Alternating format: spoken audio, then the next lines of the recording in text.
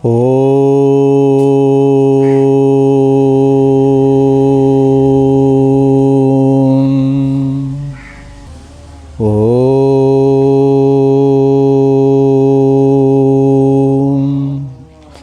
ప్రాతస్మరామి హృది సంస్ఫురదాత్మతత్వం సత్యుత్సుకం పరమహంస గతిం తురీయం యస్వప్నజాగర సుసుప్తమవైతి నిత్యం తద్బ్రహ్మ నిష్కళమహం నశభూత సంగః. దివ్యాత్మస్వరూపులైన ప్రియ ఆత్మబంధువులారా, మనం కొంతకాలంగా ఈ ఆధ్యాత్మిక ప్రవచనములను జరుపుకుంటున్నాం. ఇందులో భాగంగా ఈరోజు మన ప్రస్తావన ఏమనగా, నిన్నటి రోజున మహాశివరాత్రి పర్వదినాన్ని పురస్కరించుకొని మన ఆశ్రమమునందు అన్న సంతర్పణలు, ప్రాతకాలములో పరమశివునికి పంచామృత అభిషేకములు, మద్విరాట్ పోతులూరు వీరబ్రహ్మేంద్ర స్వాములు వారికి ధూపదీప నైవేద్యములు, అలాగే మన ఆశ్రమమునందు ప్రతిష్ఠింపచేయబడిన దేవతామూర్తులకు ధూపదీప నైవేద్యములు సమర్పించుకొని మధ్యాహ్నము 12:30 గంటలకు అన్నప్రసాద వితరణ జరిగింది. తర్వాత ఆధ్యాత్మిక సత్సంగం, ప్రవచనం మనకు తెలిసినంతలో మనం ప్రస్తావన చేసుకున్నాం. మరి ఈరోజు జ్ఞానం ఎందుకు అపరోక్షము కాలేదు, పరోక్షం ఎందుకైనది అనేటువంటి అంశములపైన ఈనాడు మనం ప్రవచనం చేసుకుందాం. అలాగే సద్గురువులు, సత్శిష్యులు సమీపించినప్పుడు వారికి ఏ బోధ చేయాలి, ఎలా చేయాలి, సిద్ధాంతాన్ని బోధ చేయాలన్నా సాధనను బోధ చేయాలన్నా అనేటువంటి మొదలుగా గల అంశములపైన మనకున్న పరిజ్ఞానములో మనం ప్రస్తావన చేద్దాం. జ్ఞానం ఎప్పుడూ అపరోక్షమే కానీ పరోక్షం కాదు. అయినప్పటికీ కూడా అంతఃకరణములో అసంభావన, విపరీత దోషములు ఉండడం వల్ల పరోక్షమైనది. శ్రవణాది సాధనల ద్వారా మనము బాగా నిధిధ్యాసన చేసుకున్నట్లయితే జ్ఞానం ఎప్పుడూ అపరోక్షమే కానీ పరోక్షము కాదు అని మన మహనీయులు, మహాత్ములు మనకు ప్రబోధ చేస్తున్నారు. అయితే సద్గురువు దగ్గరకు శిష్యులు వచ్చినప్పుడు సత్శిష్యులు వారికి సిద్ధాంతాన్ని బోధ చేయాలి, అలాగే సాధనలు కూడా బోధ చేయాలి. ఉత్తమాధికారులుగా ఉన్నటువంటి వారికి సిద్ధాంతమే సరిపోతుంది. అద్వైత సిద్ధాంతములో సాధన సిద్ధాంతం వేరుగా లేదు. సిద్ధాంతము బాగా దృఢపడినట్లయితే అదే సాధన అవుతుంది. అయినప్పటికీ కూడా అది ఉత్తమ విద్యార్థులకు, అంటే ఉత్తమ సంస్కారం కలిగినటువంటి వారికి, సాధన సంపత్తి కలిగినటువంటి వారికి మాత్రమే అది సాధ్యమవుతుంది. వాక్య ప్రమాణమే సరిపోతుందంటారు వ్యాసుల వారు. వాక్యార్థ విచారణ అధ్యవసాన నివృత్తాహి బ్రహ్మావగతి అంటారు. అది అందరికీ సరిపడదు. అయినప్పటికీ సరిపడకపోదని చెప్పనవసరం లేదు. ఎందుకంటే ఉత్తమ సంస్కారములు కలిగినటువంటి వారికి వాక్య ప్రమాణంతో కూడా కలుగుతుందని మహనీయులు చెప్తున్నారు. అలాగే ముండకోపనిషత్తు భాష్యములో శంకరులు వారు వాక్యార్థ జ్ఞాన సమకాలయేవతు పర్యవసితో భవత్ అన్నారు. అయినప్పటికీ కూడా శిష్యులకు మనం చెప్పవలసినటువంటి బోధ ఏమైనా ఉన్నదా అంటే వారికి సత్కర్మానుష్ఠానము చెప్పాలి. సత్కర్మానుష్ఠానములో అంతఃకరణములో ఉండేటువంటి దుస్సంకల్పములైతేనేమి, విషయవాసనలైతేనేమి నిర్మూలన అవుతుంది. ఎప్పుడైతే ఈశ్వరార్పణ భావనతో కర్మలను ఆచరిస్తామో నైష్కర్మ్య సిద్ధి అబ్బుతుంది. కాబట్టి సిద్ధాంతము చెప్పాలి, సాధనలు చెప్పాలి. మరి సాధనలే పరమార్థంగా చెప్పి సిద్ధాంతం చెప్పకపోతే వారికి పరిపూర్ణమైనటువంటి జ్ఞానం అనుభవానికి రాదు.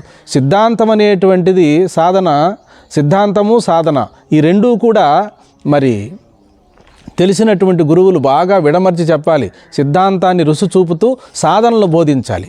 వారిని ఉదయకాలంలోనే లేపి వారికి చెప్పేటువంటి విధులు ఎలా ఉంటాయంటే, బ్రహ్మచారిగా ఉంటే తెల్లవారుజామునే లేచి చల్లటి శీతల స్నానం ఆచరించాలి. అలాగే గురుసేవ చేయాలి. అలాగే గురువు ఏమి విధించారో వారికి ఆ విధమైనటువంటి సేవలు చేస్తూ వారు మరి నిత్య అధ్యయనాన్ని ప్రారంభించాలి. కాబట్టి మరి గురువులు కూడా వచ్చిన వెంటనే బ్రహ్మజ్ఞానం మనం శిష్యులకు బోధించకూడదు. వారిలో ఉన్నటువంటి హెచ్చుతగ్గులను మనం గమనించి మెల్లమెల్లగా వారికి మంచి కర్మలయందు సుముఖతను ఏర్పాటు చేసి తర్వాత మెల్లమెల్లగా మనం సత్కర్మానుష్ఠానం చేసిన తర్వాత వాళ్ళని అక్కడే ఉంచకుండా మరి ఆత్మజ్ఞానం వైపు మనం మొగ్గు చూపేటట్టు మనం ముందుకు అంచెలంచెలుగా ముందుకు నడిపించాలి. అది సద్గురువుల యొక్క బాధ్యత. ఎందుకు అంటే 1వ తరగతి పిల్లవాళ్లకు 5వ తరగతి పాఠాలు చెప్తే ఎట్లయితే అర్థం కాదో తద్విధముగానే మరి శిష్యులకు ఆశ్రమానికి వస్తారు కదా, అటువంటి శిష్యులకు వెంటనే ప్రజ్ఞానం బ్రహ్మ, అహం బ్రహ్మాస్మి, తత్వమసి, అయమాత్మా బ్రహ్మ అనే మహావాక్యములు బోధించకూడదు. అలా బోధించినట్లయితే ఆ జ్ఞానం సుస్థిరంగా నిలవదు. పైపెచ్చు గురువు పైన విశ్వాసం కోల్పోతారు. అనుభవం రాలేదే అని చెప్పి వారు ఆ సిద్ధాంతం మీదనే ఉంటారు కాబట్టి సాధనలు చేయలేని కారణం చేత అక్కడ గురు శిష్యులకు కొంత వ్యత్యాసం ఏర్పడుతుంది, ఎడబాటు ఏర్పడుతుంది. కాబట్టి అదేమో ఏ రోజుటికైనా తెలుసుకోవలసినటువంటి సత్యమే, అది నిజమే. అయినప్పటికీ కూడా వెంటనే అంతటి తాహత శిష్యులకు ఉండదు. అధికారి భేదాన్ని బట్టి సాధన సంపత్తి కలిగినటువంటి శిష్యులకు మాత్రమే శృతిలో ఇలా చెప్పింది. ఏమని చెప్పారు అంటే నిత్యానిత్య వస్తు వివేకము, ఇహామూత్రార్థ ఫలభోగ విరాగము, శమదమాది షట్క సంపత్తి, ముముక్షత్వము. ఈ లక్షణాలు ఉన్నటువంటి వారికి ఆత్మబోధ, ఆత్మజ్ఞానం మనం బోధించాలి. అందుకనే మరి శంకరాచార్యులు వారు ఆత్మబోధలో కూడా ఇలా అన్నారు, తపోభిః క్షీణపాపానాం శాంతానాం వీతరాగిణం ముముక్షూణాం అపేక్షోయమాత్మబోధో విధీయతే అన్నారు. కాబట్టి జగద్గురు శంకరులు బోధించినటువంటి బోధ కంటే ఇంకా ఎవరూ కూడా బోధించే అవకాశం లేదు. వారు మనకు ఏమేమి కావాలనో, ఏ ఉపనిషత్తుల వాక్యాలు కావాలనో సమస్తాన్ని మన ముందు ఉంచారు గురుదేవులు.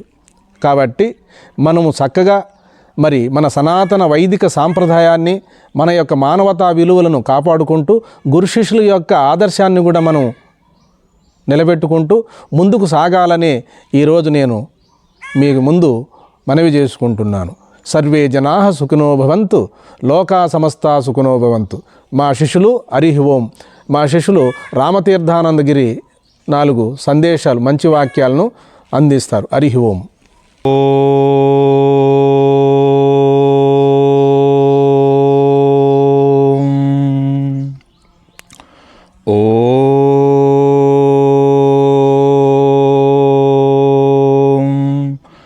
సదాశివసమారంభాం శంకరాచార్యమధ్యమాం అస్మదాచార్యపర్యంతాం వందే గురుపరంపరాం. శృతిస్మృతిపురాణానాం ఆలయం కరుణాలయం, నమామి భగవత్పాదశంకరం లోకశంకరం. ఓం శ్రీ గురుభ్యో నమః. హరి ఓం.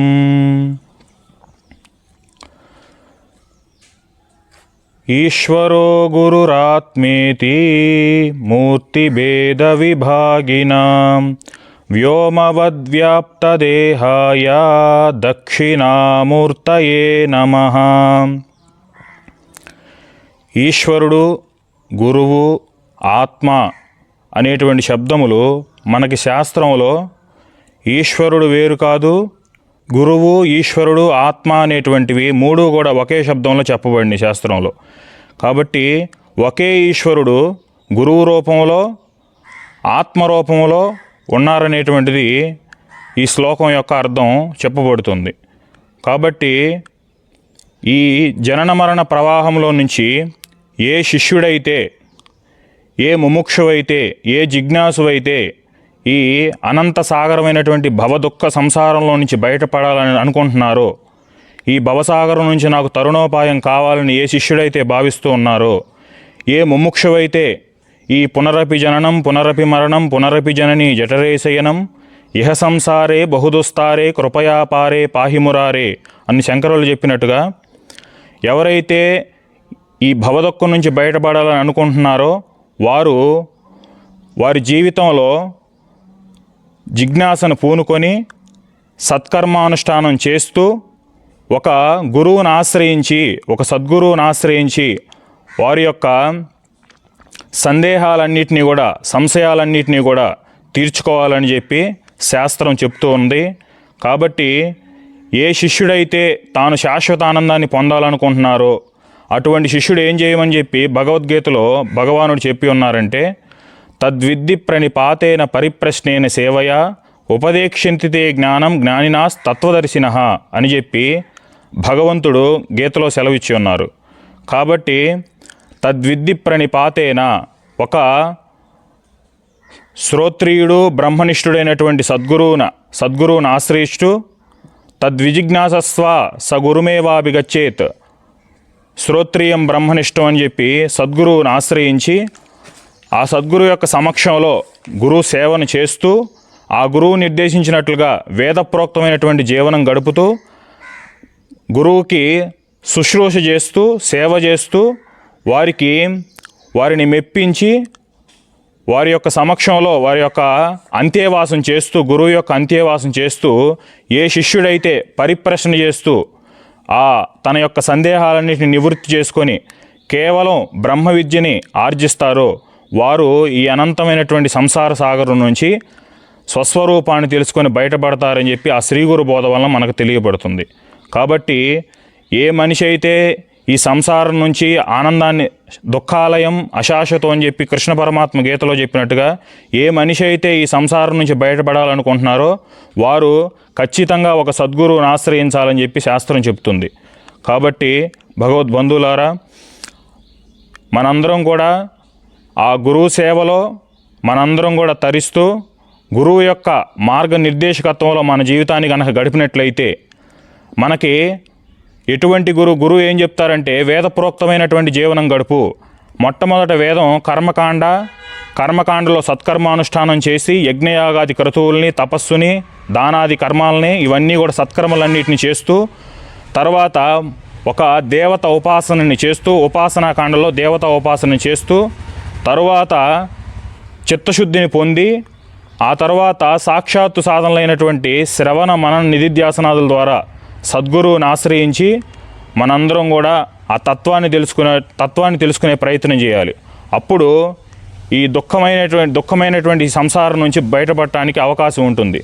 కాబట్టి మనందరం కూడా ఆ శ్రీ గురువుడు చెప్పినటువంటి మార్గంలో చల్లని గురుబోధ మెల్లమెల్లగా వినరాదా అని చెప్పినట్లుగా పెద్దలు, ఆ చల్లని గురుబోధన విని మన స్వస్వరూపమైనటువంటి పరమాత్మ యొక్క తత్వాన్ని తెలుసుకొని మనందరం కూడా ఈ జీవన్ముక్తులమయ్యి మనందరం కూడా శాశ్వతమైనటువంటి మోక్షాన్ని పొందేదముగాక.